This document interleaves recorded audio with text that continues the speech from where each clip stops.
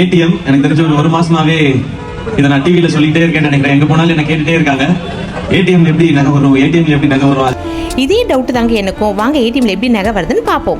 கோல்டுனா நமக்கு ஒரு ஜுவல்லரி மட்டும் இல்லை, அது நம்ம எமோஷனோட கனெக்ட் ஆயிருக்க ஒரு விஷயம்.